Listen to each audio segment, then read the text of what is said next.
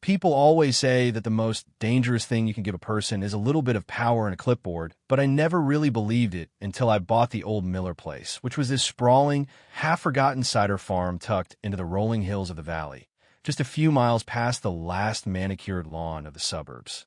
I'd spent 25 years as a structural engineer in the city, staring at steel beams and arguing over fractions of an inch, and my soul was just tired.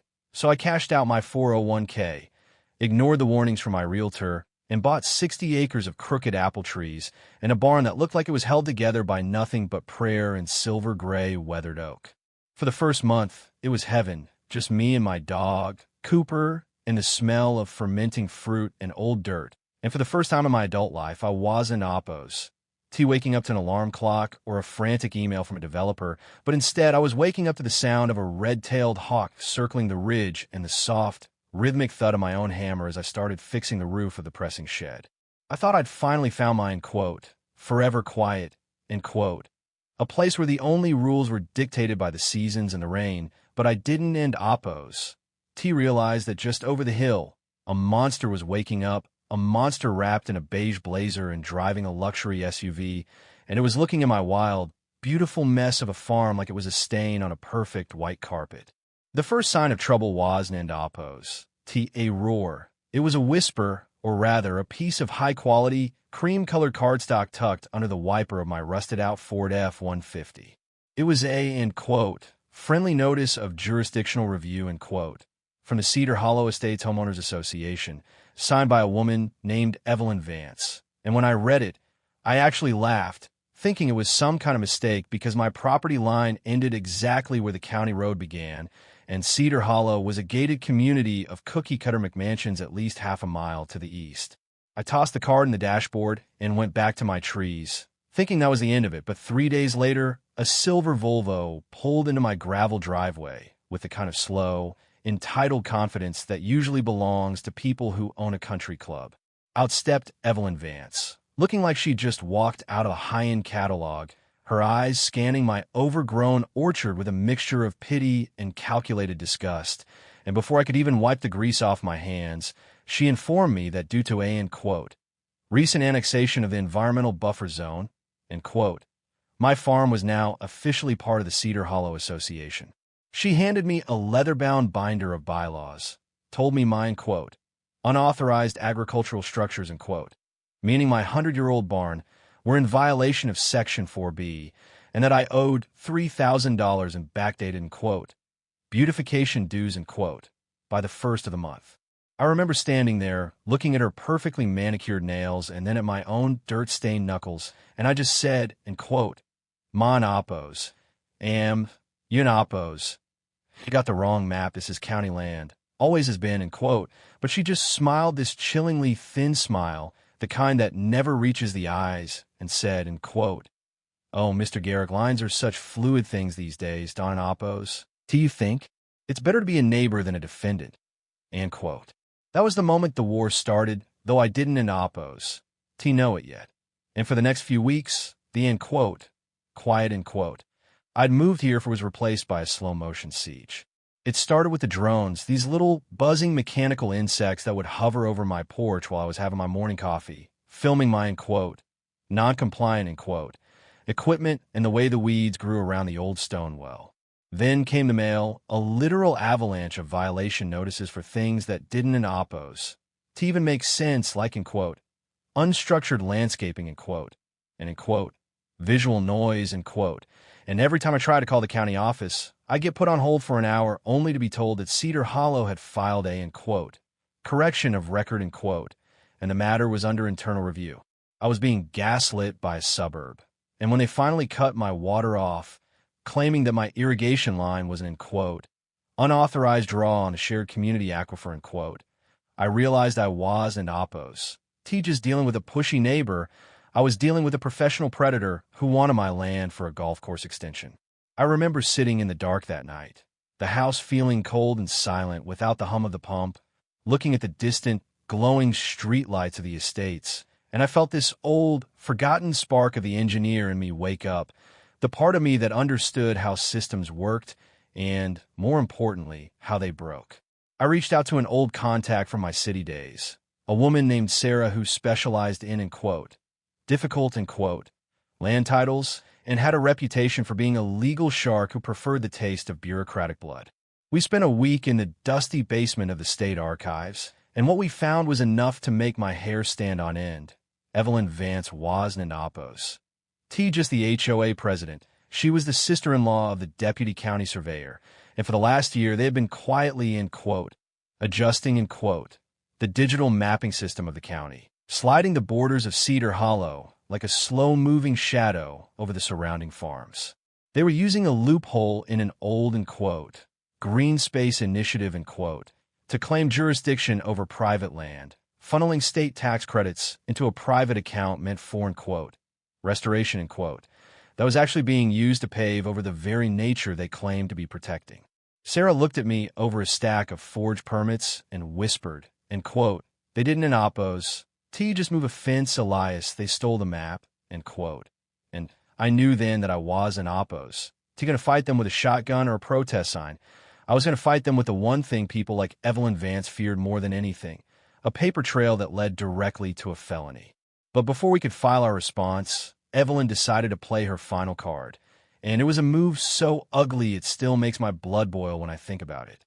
It was a dry, windy Tuesday in late August, and I was in town picking up a generator so I could at least have lights in the house when my phone started blowing up with texts from the old guy who lived 2 miles down the road. I sped back to the farm, my heart hammering against my ribs, and as I rounded the crest of the hill, I saw the smoke, a thick, black column rising from the heart of my orchard. By the time I got there, the volunteer fire department was already hosing down the ruins of my pressing shed, the very first building I'd spent months lovingly restoring, and the fire chief, a guy I'd shared a beer with at the local diner, just shook his head and said, quote, electrical short in the old wiring, Elias. Lucky the whole barn didn't in Oppos. T-go, quote. But I knew better. I hadn't in Oppos. T even hooked the power back up to that shed yet. And as I walked the perimeter of the scorched earth, I found it. A small, melted plastic container that smelled faintly of high-grade accelerant, tucked right near the spot where a set of heavy truck tires had churned up the mud near my back gate. They hadn't an Oppos. T just tried to find me into submission. They had tried to burn me out, thinking that quote, tragic accident quote, will be the final nudge I needed to sign the land over to their developers. I stood there in the middle of my blackened trees, the smell of ash stinging my eyes, and I didn't in Oppos. T cry, and I didn't in Oppos. T scream. I just felt this deep, icy calm settle over my bones, the kind of calm you feel right before you make a move that can in Oppos. T be taken back. I called Sarah and told her quote, drop the cease and desist. We're going for the throat quote. And we spent the next 48 hours compiling every photo of the drones, every forged map, the tire track casts I'd made in the mud, and a secret recording I'd made of Evelyn Vance bragging about her quote, friends in the county office quote, during one of her uninvited visits. But my real masterstroke was something Evelyn never saw coming because she'd spent so much time looking at the ground that she forgot to look at the history. I filed an emergency application to designate the Miller Place as quote, State Heritage Pollinator Corridor and Historic Watershed, quote, because of the specific species of bees that lived in my old orchard and the way the creek fed into the state reservoir. This designation placed my land under the direct, untouchable protection of the Federal Department of Natural Resources. It didn't in Oppos. T just mean I was outside the HOA. It meant that even if the HOA owned the land, they couldn't in Oppos. T cut a single blade of grass without a federal permit and a 3-year environmental impact study.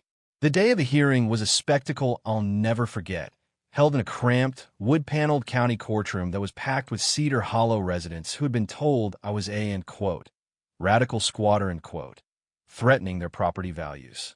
Evelyn Vance sat at the front, looking like a queen about to witness an execution, her lawyer tossing a thick stack of quote, annexation records quote, onto the table with a thud that echoed in the silence. But when Sarah stood up, she didn't in Oppos. T talk about the do's or the weeds.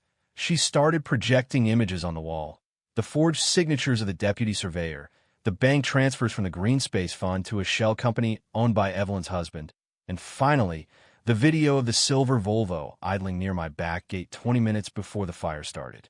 You could have heard a pin drop as the judge, a no-nonsense woman with a reputation for being a literalist, leaned forward and asked Evelyn's lawyer, end quote, "Counsel, can you explain why the county's digital map shows this property as part of your association, but the state's master deed, which has an indapos, been touched since 1894, says otherwise?"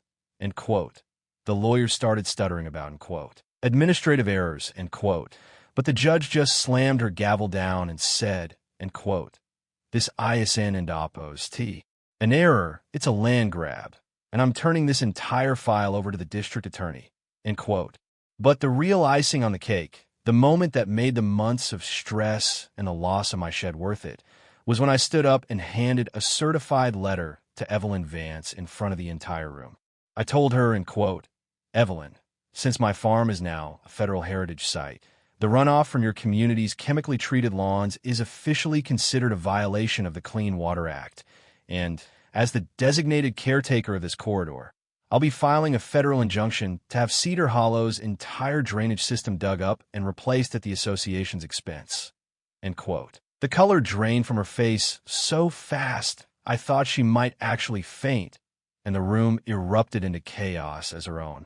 Neighbors realized that her obsession with, end quote, beautification, end quote, was about to cost them millions in special assessments. It was the ultimate, end quote, checkmate, end quote, a total collapse of her tiny, beige empire. And as I walked out of that courthouse into the bright afternoon sun, I felt 20 years younger. Today, the orchard is blooming again, and the scorched earth where the shed once stood is now a vibrant garden of wildflowers that hums with the sound of thousands of bees, a living wall that keeps the suburbs at bay. The Cedar Hollow HOA was essentially bankrupted by the lawsuits that followed. Evelyn Vance is currently navigating the joys of a multi-count indictment for fraud and arson, and the deputy surveyor is looking for a new career path that doesn't involve maps. Sometimes Cooper and I will sit on the porch and watch the sun set over the ridge, and the silence is so deep and so pure that it feels like a physical weight, but it's a good weight, the weight of a place that knows it's safe. I've learned that peace, ISN, and APOS. Just the absence of noise. It's the presence of justice. And sometimes you have to be willing to set a fire of your own, a fire of truth and paperwork, to protect the things that matter. But it makes me wonder, looking at how easily they almost rewrote my life, how many other people out there are living on, end quote, stolen maps, end quote, without even knowing it? Have you ever felt like the walls of your own community were closing in on you, or that the people in charge were playing by a different set of rules? I'd love to hear your stories in the comments. How far would you go to protect your peace? And do you think I went too far? Or did I do exactly what needed to be done? Let in oppos. Let's talk about it. Because as I've learned, the only thing more powerful than a clipboard is a neighbor who refuses to be moved.